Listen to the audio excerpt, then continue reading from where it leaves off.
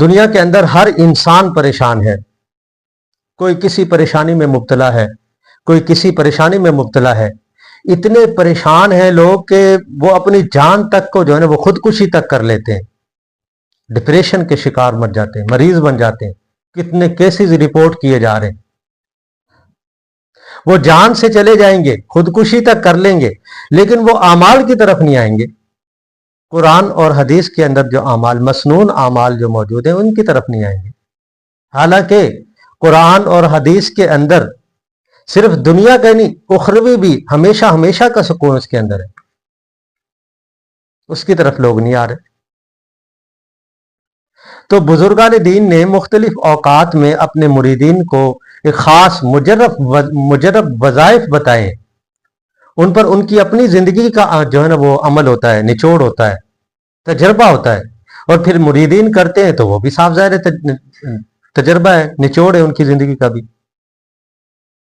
تو یہ ایسا وظیفہ ہے جس کو کرنے سے انشاءاللہ اللہ تبارک و تعالیٰ کی ذات سے امید ہے کہ وہ کئی سالوں کا، چاہے کتنا ہی پرانا غم کیوں نہ ہو، اور وہ کیسا ہی غم کیوں نہ ہو، وہ کاروبار کے حوالے سے غم کیوں نہ ہو۔ اب دیکھیں کتنے لوگ ہیں جو کاروبار کے جو ہے نا نقصان کی وجہ سے پریشان رہتے ہیں، کتنے لوگ ہیں جو رشتوں میں تنازع کے اعتبار سے پریشانی کا شکار ہیں، کتنے پریشان ہیں۔ ابھی پچھلے دنوں کے اندر سنا ہے کہ یہاں پہ ایک بندے نے جو ہے نا خود کو گولی مار کے خودکشی کی ہے۔ تو آئے دن اخبارات کے اندر، سوشل میڈیا کے اوپر ہم لوگ ویڈیوز دیکھ رہے ہوتے ہیں، ہم لوگ رپورٹ کر رہے ہوتے ہیں، کتنے لوگ ہیں جو ہے نا اپنے آپ کو مار رہے ہوتے ہیں، لیکن وہ ان وظائف کی طرف، ان مسنون جو ہے نا اعمال کی طرف نہیں آ رہے۔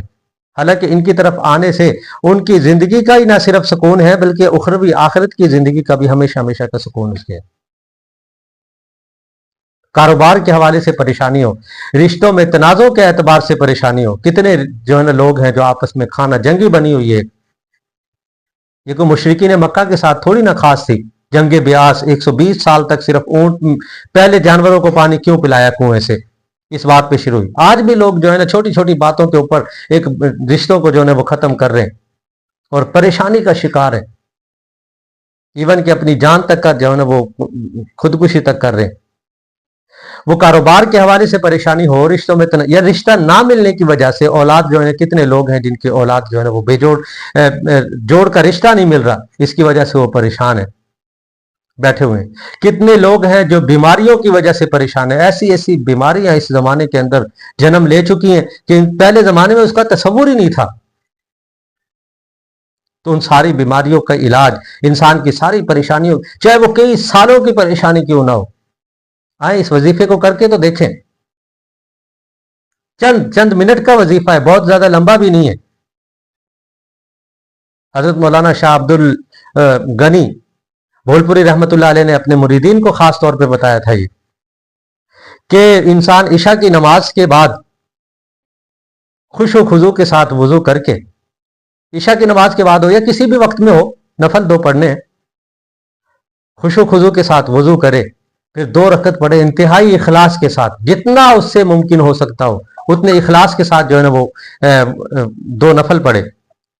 2 نفل پڑھ کے سجدے میں جا کے اللہ تبارک و تعالیٰ کی ذات سے اپنے گناہوں کے اوپر معافی مانگے۔ صلاۃ التوبہ، یہ توبہ کی نماز۔ یا اللہ میرے جتنے بھی گناہ ہیں، جتنے بھی گناہوں کی وجہ سے میری پریشانیاں میرے اوپر مسلط ہیں، یا اللہ ان تمام گناہوں سے میں معافی چاہتا ہوں، میں توبہ کرتا ہوں۔ توبہ کر لینے کے بعد پھر سجدے کی حالت میں انسان 360 مرتبہ یہ کلمات پڑھے، یا حیو یا قیوم لا الہ الا انت سبحانک انی کنت من الظالمین۔ یا حیو یا قیوم یہ اللہ تبارک و تعالیٰ کے اسم ہے، اللہ تبارک و تعالیٰ کے نام ہے، صفاتی نام ہے۔ اور ایک روایت کے اندر، حدیث کے اندر تو ان دونوں ناموں کو اسم اعظم قرار دیا گیا ہے، یہ دونوں نام اسم اعظم ہے۔ اسم اعظم کے حوالے سے تو ویسے مشہور ہے کہ اس نام کو لے کر آپ جو بھی دعا کریں گے قبول ہوگی۔ تو یا حیو یا قیوم پڑھے، اور لا الہ الا انت سبحانک انی کنت من الظالمین، یہ یونس علیہ السلام کی تسبیح ہے، یہ یونس علیہ السلام نے مچھلی کے پیٹ کے اندر کی تھی۔ وہ 3 اندھیروں کے اندر تھے، انتہائی زیادہ پریشان تھے۔ ایک جو ہے نا رات کی تاریکی کا اندھیرا تھا، اور ایک مچھلی کے پیٹ کا اندھیرا تھا۔ ایک پانی کا اندھیرا تھا، 3 اندھیروں کے اندر تھے. خود قرآن پاک کے اندر فرمایا جا رہا ہے وہ مخزوم، اور مخزوم عربی لغت کے اندر ایسے غم کو کہتے ہیں جس میں خاموشی ہو. تو جو بندہ خاموش ہو جائے، انتہائی آخری درجے کا غم ہوتا ہے وہ خاموشی والا غم. تو یونس علیہ السلام اس آخری درجے کے غم میں تھے. اس وقت انہوں نے مچھلی کے پیٹ کے اندر 3 تاریکیوں کے اندر، رات کی تاریکی میں، پانی کی تاریکی میں اور مچھلی کے پیٹ کی تاریکی میں انہوں نے یہ اللہ تبارک و تعالیٰ کی تسبیح بیان کی تھی. لا الہ الا انت سبحانک انی کنت من الظالمین. یا اللہ تیرے علاوہ کوئی معبود نہیں ہے، میں ظالموں میں سے ہوں، تو پاک ہے، تیری ذات پاک ہے. یہ تسبیح انہوں نے پڑھی تھی. اللہ تبارک و تعالیٰ نے ان کو اس غم سے نجات عطا فرمائی تھی. اور پھر قرآن پاک کی اگلی آیت ہی ہے اسی واقعے میں، جہاں پہ یہ واقعہ بیان کیا جا رہا ہے، اسی واقعے میں اگلی آیت وَكَذَلِكَ نُنْجِ الْمُؤْمِنِينَ. اللہ تبارک و تعالیٰ کا فرمان ہے، قرآن پاک کی آیت ہے وَكَذَلِكَ نُنْجِ الْمُؤْمِنِينَ. اور ہم اسی طرح قیامت تک مومنین کو غموں سے نجات دیتے رہیں گے. تو یونس علیہ السلام کتنے غمگین تھے، خود قرآن پاک نے ان کی شدت بیان کی، وہ مخزوم.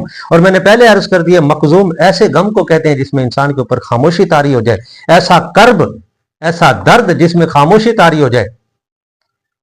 تو یونس علیہ السلام کو اللہ تبارک و تعالیٰ نے اس آیت شریفہ کی برکت سے اس غم سے، اس پریشانی سے نجات دی تھی.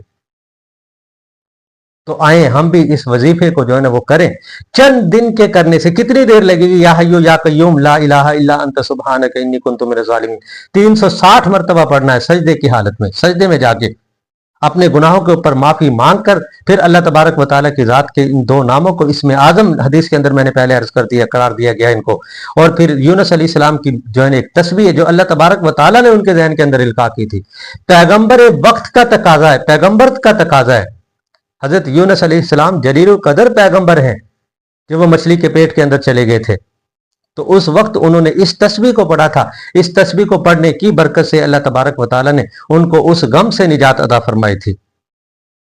تو کوئی بعید نہیں ہے کہ ہم بھی اپنے غم کو جو ہے نا وہ مد نظر رکھتے ہوئے، اپنے گناہوں کے اوپر توبہ استغفار کرتے ہوئے اس وظیفے کو کریں، اس وظیفے کو عمل میں لے کے آئیں. انشاءاللہ جتنا بھی پرانا غم کیوں نہ ہو، کئی سالوں سال پرانا غم کیوں نہ ہو، انشاءاللہ اس پریشانی سے، اس درد و غم سے، اس کرب سے انشاءاللہ اللہ تبارک و تعالیٰ کی ذات ہم لوگوں کو نکال دے گی. یقین کرتے ہوئے، یقین کامل رکھتے ہوئے اللہ تبارک و تعالیٰ کی ذات سے دعا کرنی ہے. اپنے گناہوں کے اوپر ندامت کے ساتھ آنسو بہانے، پھر کر کے دیکھیں انشاءاللہ اللہ تبارک و تعالیٰ کی ذات لازمی طور پہ اس انسان کو اس غم سے، اس پریشانی سے نجات عطا فرمائے.